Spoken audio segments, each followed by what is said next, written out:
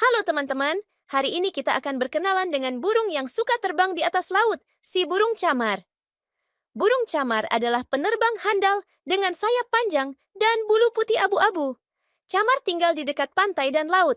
Mereka sangat pintar mencari makan. Bisa menangkap ikan dari air atau bahkan mengambil makanan dari tangan manusia. Tahukah kalian, camar bisa minum air laut?